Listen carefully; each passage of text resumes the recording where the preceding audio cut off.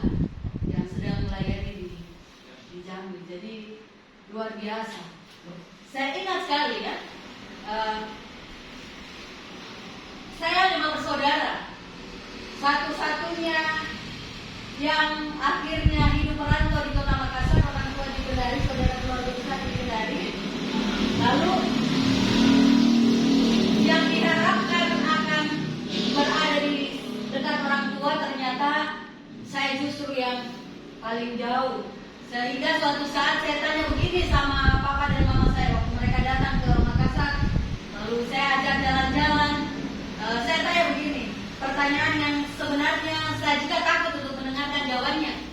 Tapi pada saat itu saya perlu untuk meyakinkan diri. Saya bilang begini, saya tanya sama papa saya, sama mama saya. Saya bilang, Pak, Ma, tidak adakah rasa sedih atau penyesalan dalam hatinya sebagai orang tua?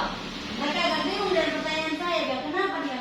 Karena kan saya mengerti bahwa setiap orang tua itu pasti punya rasa rindu, ya, pasti punya rasa kerinduan, kebanggaan kalau lihat anaknya berdiri di atas mimbar, berkhotbah dari atas mimbar, melayani, dan itu adalah kerinduan semua orang tua. Dan saya yakin juga itu pasti kebanggaan, kerinduan juga dari keluarga Yopi dan Tante Yopi di sini. Tapi kemudian jawaban papa saya itu membesarkan hati sekali. Papa bilang begini, sejak kamu bilang kamu mau sekolah pendeta, kami sudah siapkan hati. Lalu mama bilang begini, sejak kamu sudah bilang mau sekolah pendeta, kami sudah lepaskan kamu bahwa kamu itu miliknya Tuhan, miliknya banyak orang. Kamu memang anak kami, tetapi kamu punya Tuhan. Sehingga itu jangan menjadi bebanmu. Kami sudah bersyukur. Walaupun kami tidak melihat kamu berkhotbah tiap saat, tetapi kami tahu bahwa doamu kepada orang lain itu juga adalah doa kami untuk orang tua. Jadi luar biasa sekali. Nah, ketika suatu saat ada kesempatan bagi saya untuk tes CPNS, gitu ya, saya dipanggil sama kakak saya, ayo pulanglah ke sini, kita sama-sama berjuang kau jadi PNS. Terus saya mencoba minta pendapat. Saya bilang, ya saya oke saja tidak jadi masalah.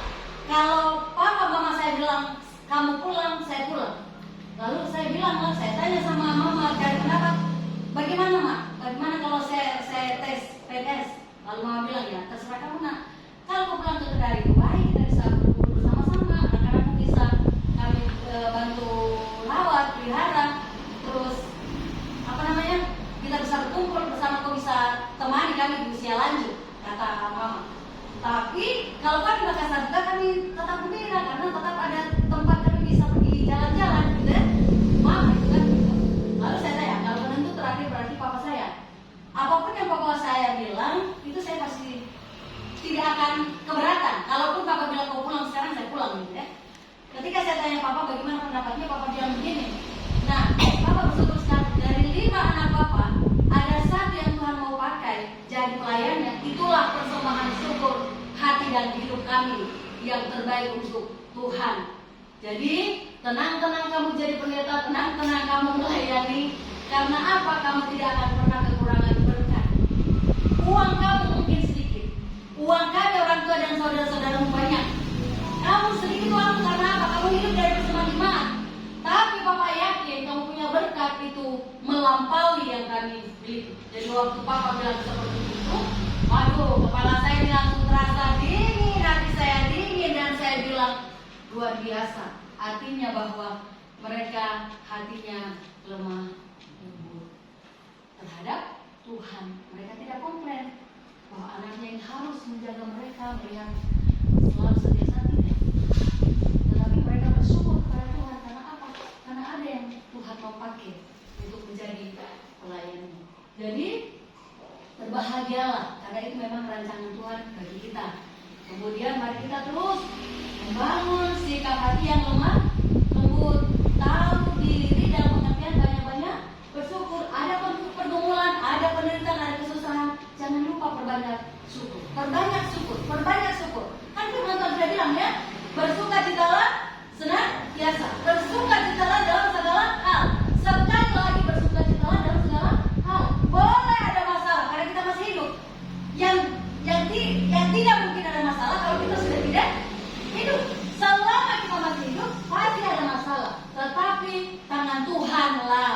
yang akan ambil kendali untuk menyelesaikan persoalan kita. Karena apa?